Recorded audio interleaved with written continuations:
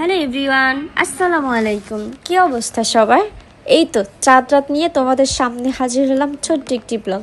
সবার আগে ঘুম থেকে উঠে ফ্রেশ হয়ে আমি আগে বিছানাটা গুছিয়ে নিলাম, কারণ এটা আমাদের প্রত্যেকের করা উচিত, ঘুম থেকে উঠে বিছানা ক্লিন করা।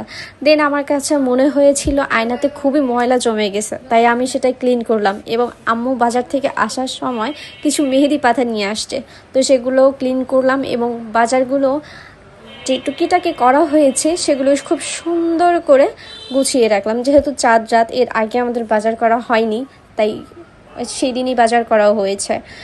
আম্মু আসার সময় কিছু লিচুও নিয়ে আসছে, যেহেতু সিজনাল ফল আমাদের প্রত্যেকের উচিত খাওয়া, এবং আমি বেশ পছন্দ করি লিচু।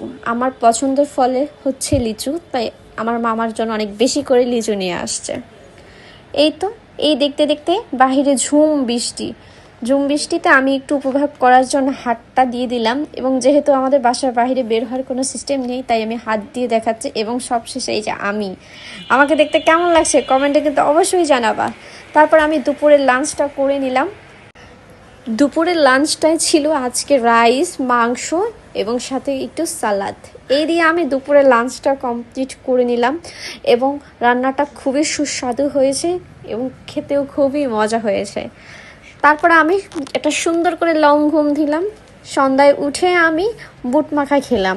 এই যে সবশেষে আমি রাতের বেলা গরুর দেখতে চলে গেলাম। আমাদের গরুটা দেখা হয়নি, তাই আমরা হুট করে চলে গেলাম গরু দেখতে। গরু দেখা শেষ করেই বাসায় চলে আসলাম মেহেদি পরার জন্য, যেহেতু চাঁদ রাত, মেহেদি ছাড়া তো কোনো কথাই হবে না। তারপর আমার মেজো বোন আমাকে খুব সুন্দর করে মেহেদি দিয়ে দিল।